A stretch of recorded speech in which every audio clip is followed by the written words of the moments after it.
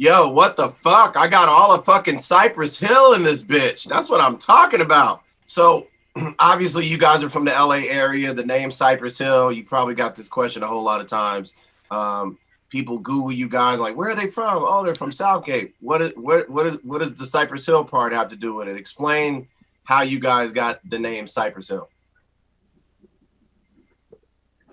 Cypress Avenue was the block that Sen Dog lived on, and that's one part of it, right? And the other part was Muggs. Every now and then, when he'd come back from New York, because he's originally from Flushing, Queens, he'd come back and he'd show us different things from what was going on the East Coast. He brought back Wild Style, I believe it was, and there was a rapper named Ramel Z who shouted out a spot called Cypress Hill that was in East New York or whatever.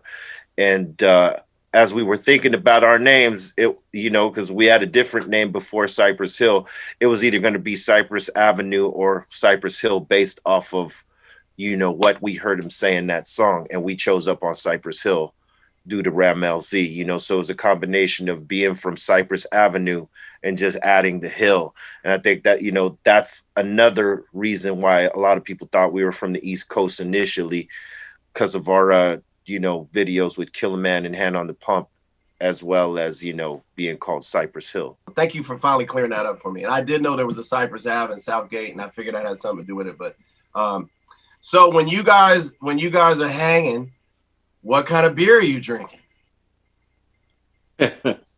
We're drinking that Montejo, man. We started something, a partnership together with them. There's some video content that'll be released in May. It's called After Hours with Cypress Hill. And we basically bring in some people that we respected in the game and been friends with, other guys that are newer guys, and we just talk. We talk it out and ask them questions and pick their brain type of thing.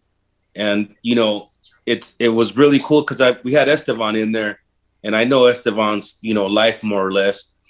But it was still good to chop it up with him and ask him questions that, maybe I had never asked him.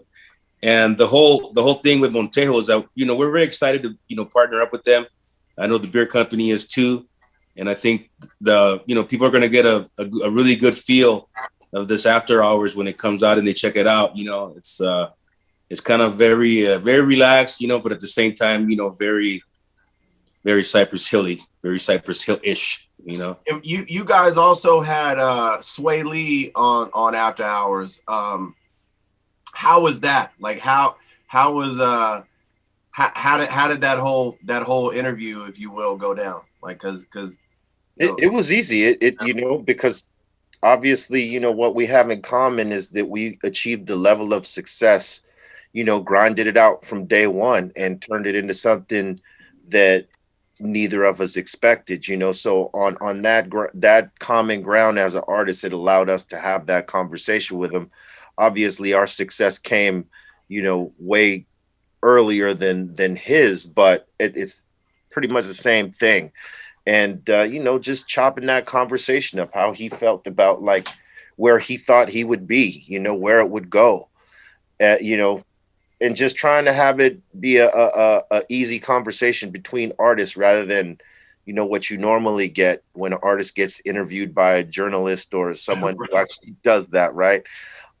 It's almost like you're hanging backstage at someone's show, and I think that's what's so dope about the After Hours series, and the fact that they had confidence that we could do that, and rock an interview amongst ourselves, or more or less a conversation rather than an interview, and have a conversation with these other artists. Some, like Sen Dog said, we knew, and others that were a little bit newer and we're familiar with, but we don't really have that sort of relationship with. And I think things like this allow a relationship like that to happen between old school artists and new school, and have that bridge. So I think it served a lot of purpose.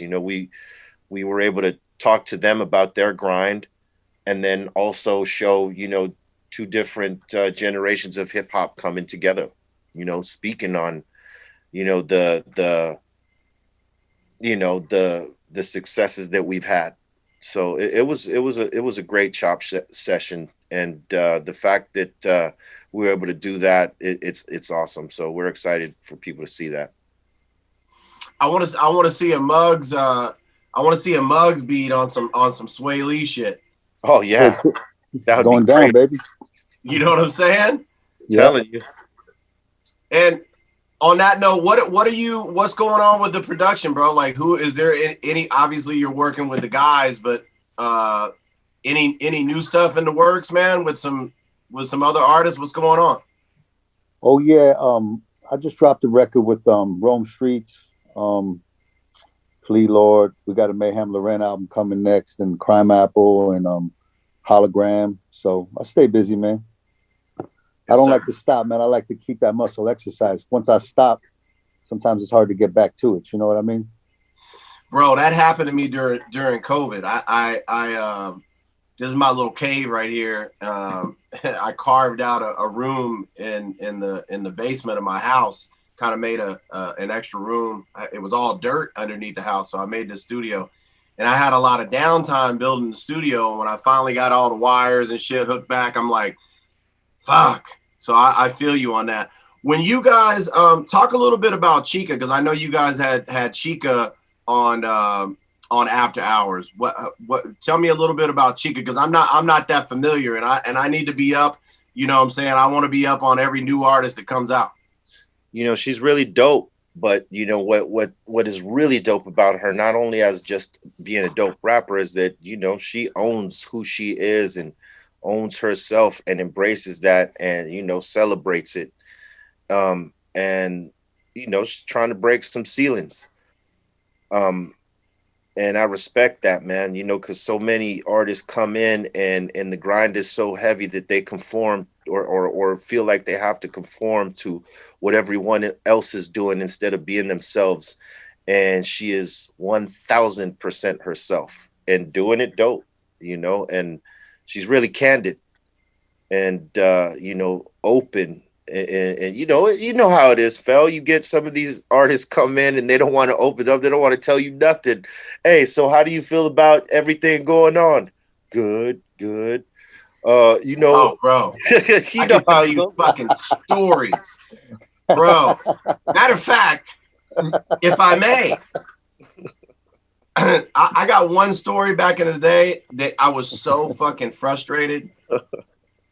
I think it was Chingy. Remember Chingy, Luda's guy? Yeah. Bro, this was back in the early 2000s. He's in LA.